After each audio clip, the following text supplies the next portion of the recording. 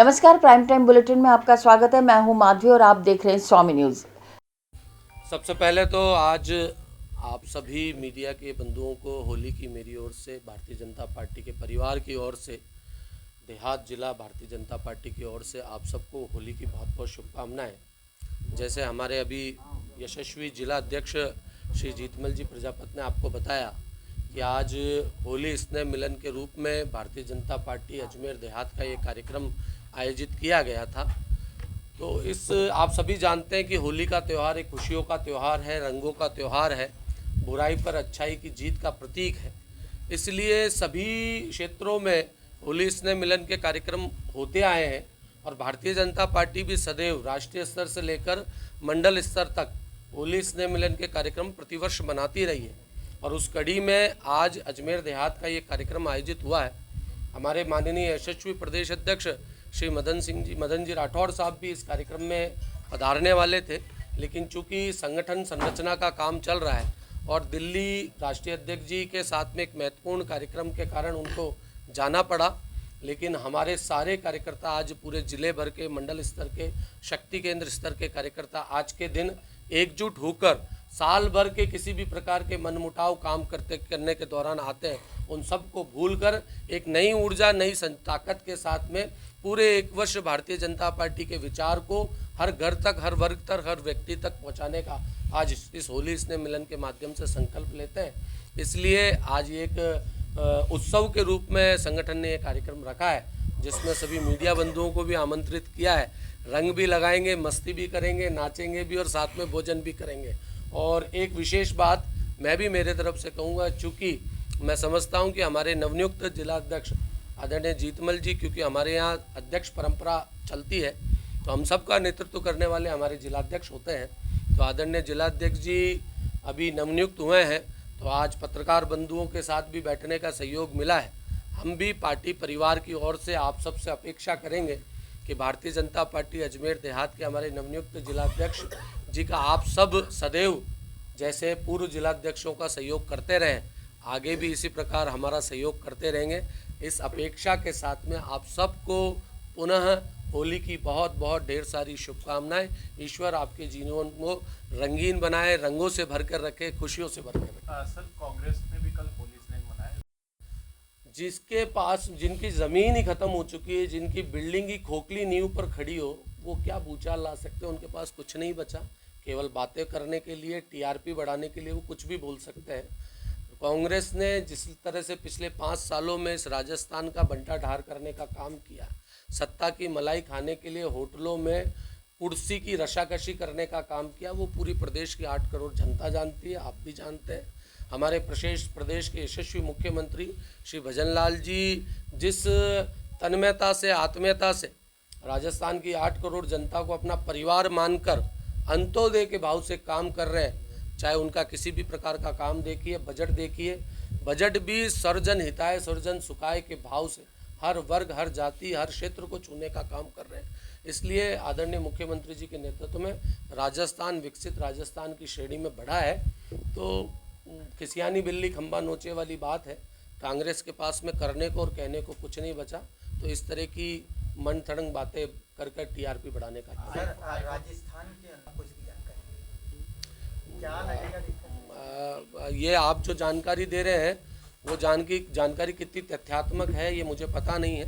अब वो पुलिस महकमे का विषय, आदरणीय गृह मंत्री जी ने उस विषय पर सारी पीसी करके सारा विषय रखा है। सरकार का अपनी तरफ से मत आदरणीय गृह मंत्री जी ने रखा है, तो सरकार हर वर्ग, हर कर्मचारी के साथ खड़ी। आईफा का जयपुर में आयोजन किया गया, कांग्रेस पे भी लगातार सवाल खड़े करी। एक महिला अभिनेता को सेकंड ग्रेड बताना किस तरीके से करता है? मेरे को इस विषय की जानकारी नहीं। चलिए, अजमेर स्मार्ट सिटी की तो जानकारी है सर। कितना बुरा हश्र हो रहा है, क्या 7 वंडर्स तोड़ने के आदेश को ये जिस प्रकार से घुमा फिरा कर बातें की गई है, ये कांग्रेस के राज में जो अधिकारी बैठे रहे, इन अधिकारियों ने अपनी मनमर्जी चलाकर हमारे जो जनप्रतिनिधि हैं उन लोगों की भी सुनाई नहीं करी, और उसी का परिणाम है कि करोड़ों रुपए का बजट इस तरह से व्यर्थ हुआ।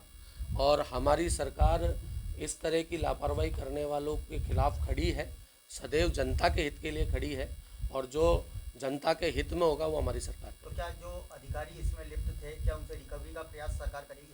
मैं समझता हूँ प्रशासनिक स्तर पर इस पर चर्चा चलकर कुछ जो भी कदम उठाने चाहिए वो सरकार इस पर काम कर रही है। समारोह आयोजित किया गया है, क्या कहते हैं? अजमेर देहात की तरफ से हर वर्ष की भांति आज भी होली मिलन समारोह का ये आयोजन किया गया है और इसमें हमारे देवनारायण बोर्ड के अध्यक्ष माननीय भडाना जी, हमारे निवर्तमान अध्यक्ष जी देवी शंकर जी भूतड़ा और हमारे लोकप्रिय यहाँ के मंत्री जल संसाधन मंत्री सुरेश सिंह जी रावत, वो भी अभी थोड़ी देर के अंदर पधारने वाले हैं और यहाँ के विधायकगण, वरिष्ठ नेता और वर्तमान मंडल अध्यक्ष, कार्यकारिणी के सदस्य, पदाधिकारी सब ने भाग लिया है और सब इस होली के अवसर पर फागोत्सव मना रहे हैं। इसके विषय में ज़्यादा प्रकाश से हमारे ओम प्रकाश जी बडाना और हमारे वरिष्ठ भूतड़ा जी ये आपको डालेंगे। मैं तो केवल इतना ही निवेदन है कि आप लोगों से भी मैं अपेक्षा करूंगा कि हम देहात के जब भी हमारे कार्यक्रम हो, आप पत्रकार बंधु भी बराबर सदैव आमंत्रित है। आपका सम्मान है, सत्कार है, आप पधारे और ग्रामीण क्षेत्र को भी आप हमें प्राथमिकता दें, तवज्जो दें। आपका सबका स्वागत है। धन्यवाद। हमने 20 तारीख तक मंडल की कार्यकारिणियों के लिए हमने समय सीमा दी है। वो कार्यकारिणी बना के पहले जिलाध्यक्ष को वो दिखाएंगे और उसके बाद देहात की कार्यकारिणी बनेगी तो वो भी हमें प्रदेश में चर्चा करके बहुत जल्दी देहात की घोषणा भी हम कर देंगे। ठीक है।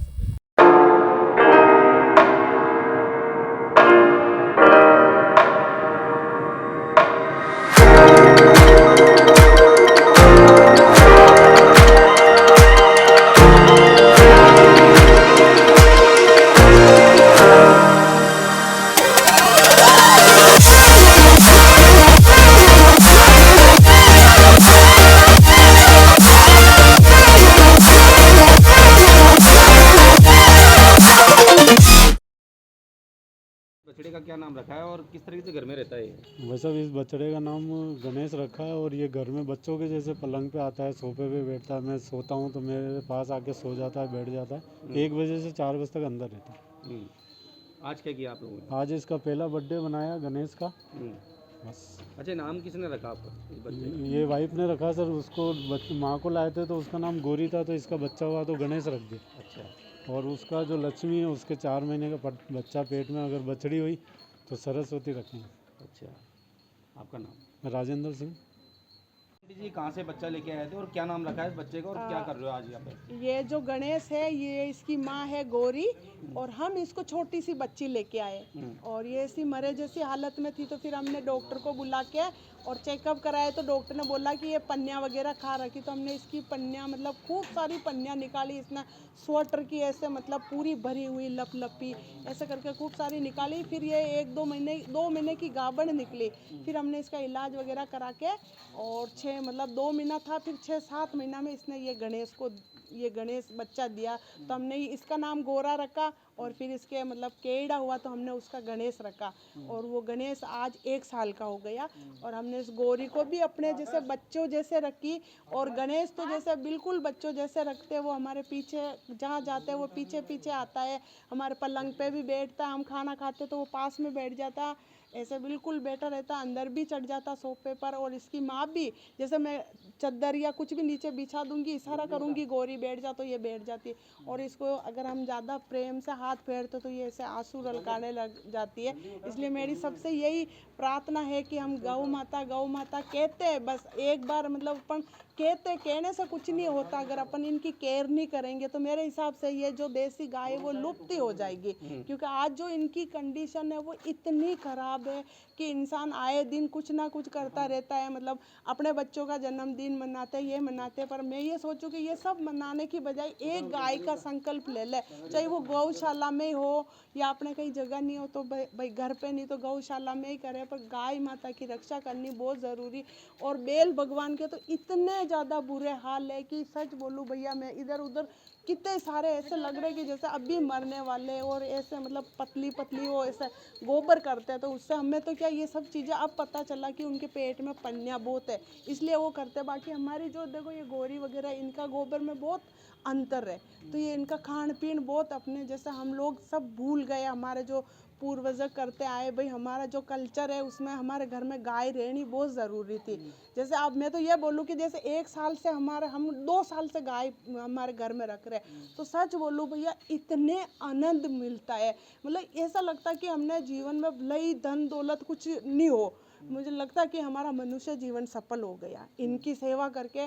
और ऐसा लगता है कि मैं चाहे मंदिर भी नहीं जाऊँ, मेरा मन भी नहीं करता सच बोलूँ, क्योंकि आज कौन सा जन्मदिन मनाया आपने? आज इसका पहला जन्मदिन है। आज ये पूनम राम के दिन हुआ, और तो राम के दिन 16 तारीख थी पिछली होली, तो आज ये 1 साल का हो गया। तो हमने भी बच्चे की तरह बनाया, बच्चे की तरह मनाया, और मनाने का मकसद ये था कि जो छोटे बच्चे होते हैं इनके मन में एक प्रेरणा रहे, भाई हाँ देखो बेल भगवान, मतलब इनकी हमें सेवा करनी चाहिए। अच्छा, केक लोग बाग केक लेके आते हैं, आपने क्या बनाया इसके लिए? हमने तो लापसी का केक बनाया भैया, लापसी का केक बना के उसमें ड्राई फ्रूट वगैरह सजा के और थोड़ा सा ऐसे क्रीम वगैरह लगा के उसको सजा दिया, जो इनको भी नुकसान नहीं करे, मतलब इनके लिए भी अच्छा हो, मतलब इनके खान पीन गुड़ का बनाया।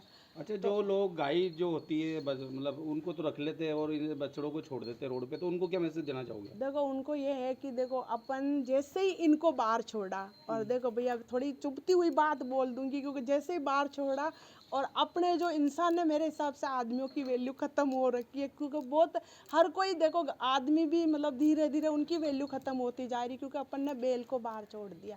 जबकि ये क्या खाते भैया, मेरे हिसाब से कुछ नहीं। अपन अपने बच्चों को इतना सारा खिलाते, दिन भर में आप मानो कि एक छोटा बच्चा घर में 100 रुपये उपाड़ देता है। अगर आप इनको 25 रुपये का चारा भी खिलाओ ना, तो एक बैल इंसान एक मतलब आराम से पड़ जाए, पर अपन के ये कर नहीं पाते। और इस वजह से मेरे हिसाब से तो देखो गाय माता बाहर चाली फिर रही है, बैल भगवान चाले फिर रहे, इसलिए मैं तो सच बोलूँ भैया, मैं भी ये बात नहीं मानती थी, मैं भी सोचती कि हाँ ठीक है, पर इनको रखने के बाद सच में भैया मुझे ऐसा लगता है कि इनको रखने के बाद इनका सारा दर्द मुझे समझ आने लग गया। अगर ये थोड़े रोते ना, तो भी मैं इनकी बाहर भी मैं गायों को देखती हूँ ना, तो मुझे एकदम से ऐसा मेरे आंखों में आंसू आ जाता है कि देखो ये दशा इनकी नहीं होनी चाहिए। आपका नाम और कहाँ रहने वाले हो आप, और कहाँ से लेके आए थे इस बछड़े को? ये बछड़ा तो अपने यहाँ हुआ, इसकी माँ को लाए हम।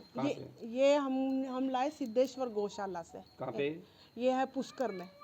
छोटी बच्ची थी वो, हमारे भैया हम 10 साल। जगह का नाम बताओ। ये है अपने आशापुरा नगर, वैशाली नगर, नम्रता पब्लिक स्कूल के पास, और मेरा नाम शकुंतला चौहान है। ठीक है। जन्मदिन मनाया और कहाँ पे मनाया है जन्मदिन? सर्वप्रथम तो मैं शकुंतला जी को बधाई दूंगा कि हमारे वार्ड में ऐसे सच्चे गोभक्त हैं, जो वाकई बोलते कई सारे लोग हैं, लेकिन गौ माता के लिए प्रयास बहुत कम लोग करते हैं। तो मैं इसके लिए शकुंतला जी को वाकई बधाई के पात्र हैं कि एक लावारिस स्तर के अंदर एक छोटी गाय के बच्चे को इन्होंने पाला, और अपने घर में जैसे हम लोग जैसे बेटे बच्चों को रखते हैं उस तरीके से उसकी रखा। और उसके बाद में जब उनके बच्चा हुआ, जो कि गणेश आज जिसका हम लोग जन्मदिन मना रहे हैं, उस बच्चे को भी बड़ा अच्छे से पाल पोस के, जैसे जो खुद खाते हैं उसी की तरीके से सब्जियां वगैरह खिलाना करना, यह इन्हीं के साथ में कमरे में रहता था। और आज ये गणेश पूरा 1 साल का हो गया है, तो बड़ी धूमधाम से इन्होंने जैसे बच्चे का जन्मदिन मनाते हैं वैसे मनाया है। तो इसलिए मैं वाकई शकुंतला जी को एक बार पुनः बधाई देना चाहूँगा, और आपके चैनल के माध्यम से संदेश देना चाहूँगा कि सभी लोग अपने मन में गौ माता के प्रति सच्ची श्रद्धा रखें, और थोड़ा थोड़ा हम गौ माता के प्रति इस तरीके से श्रद्धा रखेंगे, तो ये लावारिस हालात में जिस तरीके से गौ माता घूम रही है, जिस तरीके से गौ माता की दुर्दशा हो रही है, शायद उसमें काफ़ी गिरावट आएगी। धर्मेंद्र सिंह चौहान। बच्चों की तरह बनाया है। बिल्कुल, आप देखें बच्चों के से इन्होंने 10-12 किलो तक की लापसी वगैरह बनी है। उस लापसी का केक बनाया, ड्राई फ्रूट्स के साथ में सभी बच्चों को लापसी वितरण की गई है, टॉफ़ियाँ बांटी गई है, और आप देखें उसने एक नई ड्रेस भी पहनी है गणेश ने।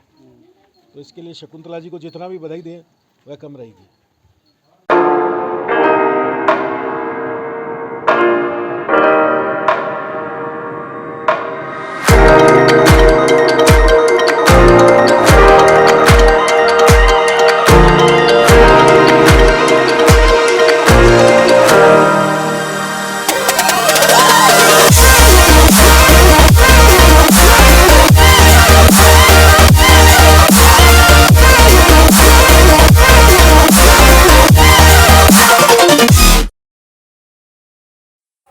दिनांक 9/3/2025 को परिवादी लालाराम जाटव ने एक रिपोर्ट पेश की जीआरपी थाना अजमेर में कि रेलवे स्टेशन परिसर से मेरी बाइक चोरी हो गई है। इस पर थानाधिकारी जीआरपी की टीम ने सीसीटीवी उलिये और कैमरा जब्बे कमांड के देख के उलिये के आधार पे विजयनगर निवासी एक महावीर है जो आरोपी, उसको अजमेर बस स्टैंड से पकड़ा और उसके विजयनगर स्थित घर से 4 बाइक बरामद की हैं और आरोपी सातिर बदमाश है जिसके खिलाफ पूर्व में विभिन्न थाना क्षेत्रों में 21 प्रकरण दर्ज है। अनुसंधान जारी है। चोरी क्यों किया करता था ये? मोटरसाइकिलें ये अपने नशे का आदी है। इसमें एक पिता शराब पीता है, वो अपने इसी नशे की शौक को पूरा करने के लिए इस तरह की वारदात कर रहा है। सर जीआरपी में कौन था परिवादी, किसने मोटरसाइकिल चोरी की? परिवादी लालाराम जाटव उसने रिपोर्ट पेश की जीआरपी पे, जिसको श्रीमान एस साहब जीआरपी द्वारा प्रकरण की गंभीरता को देखते हुए टीम गठन का निर्देश दिए, जिस पे एसएचओ जीआरपी अजमेर की टीम ने अथक प्रयासों से इसको दस्तयाब किया है और 4 बाइक बरामद की है। और भी वारदात खुलासों को उम्मीद है। मोटरसाइकिल चोरी करता है, इसके अलावा कोई चोरी है घरों में? मोटा तो मोटरसाइकिल चोरी का ही है इसका, बाकी अलग अलग क्षेत्रों में और अलग प्रकरण दर्ज है इसके। सर इसके साथी भी क्या और कोई?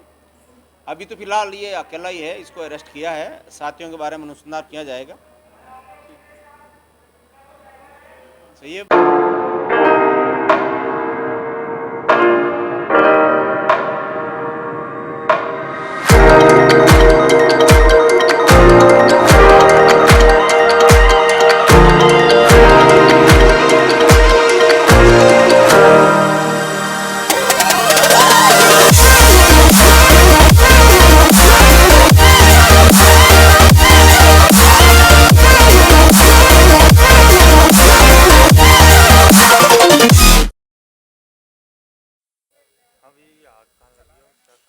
ये कालू की ढाणी के अंदर एक बीड़ी के पत्तों का गोदाम था, जिसमें आज सुबह बिना कारण के, अब उसका कारण अभी तक ज्ञात नहीं हो पाया है, आग लग गई थी और दमकल की कम से कम 10-12 गाड़ियां आ चुकी है।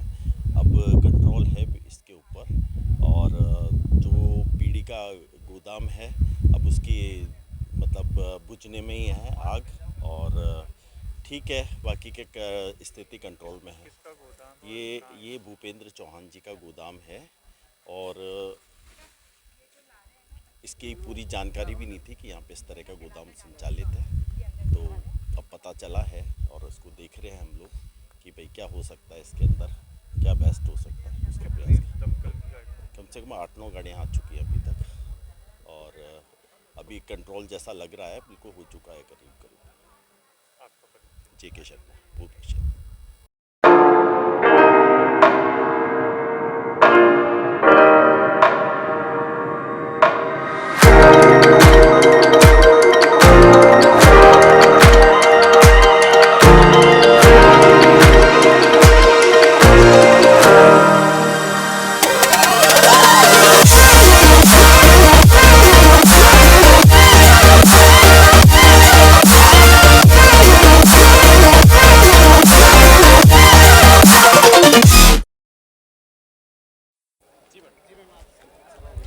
जी बिल्कुल, आज संपर्क सभा ली गई है अजमेर पुलिस के सारे मुलाजमान के साथ, जिसमें पुलिस लाइन, सभी थानों का जाब्ता, हमारे सभी अधिकारी शामिल रहे हैं। जो भी हमारे मुलाजमान के कोई भी अगर कंसर्न आए हैं तो उनको सुना गया है और उनको समाधान करने की कोशिश की गई है और जो भी कंसर्न जो है वो ऊपर के लेवल पे हैं, वो ऊपर के लेवल पे कम्युनिकेट कर दिए जाएंगे। एक अच्छा चर्चा वाला संवाद रहा और आशा करते हैं कि इस संवाद के आधार पर जो पॉजिटिव पुलिसिंग है उसको बढ़ावा रहेगा और पुलिस वेलफेयर के प्रति और अच्छा काम हम कर पाएंगे। बहुत सी बातें रहती हैं पुलिस से संबंधित, जो मुलाजमान होते हैं उनके कई सारे इश्यूज़ आते हैं। कभी कोई बिल से संबंधित इशू आते हैं या कोई प्रमोशन से संबंधित इशू आते हैं और कुछ जैसे कि इश्यूज़ हैं जो सरकार से संबंधित हैं, तो वो इश्यूज़ भी कम्युनिकेट किए गए और उनके जो भी है जो संबंधित उच्चाधिकारियों से संबंधित इशू हैं वो उच्चाधिकारियों की नॉलेज में ला दिए जाएंगे और नॉलेज में हैं ऑलरेडी। और बाकी जो अजमेर से संबंधित इश्यूज़ हैं उनके बारे में चर्चा करके उनका रिजोल्यूशन किया जा रहा है। होता है। मुझे दीजिए इजाज़त, देखते रहें स्वामी न्यूज़।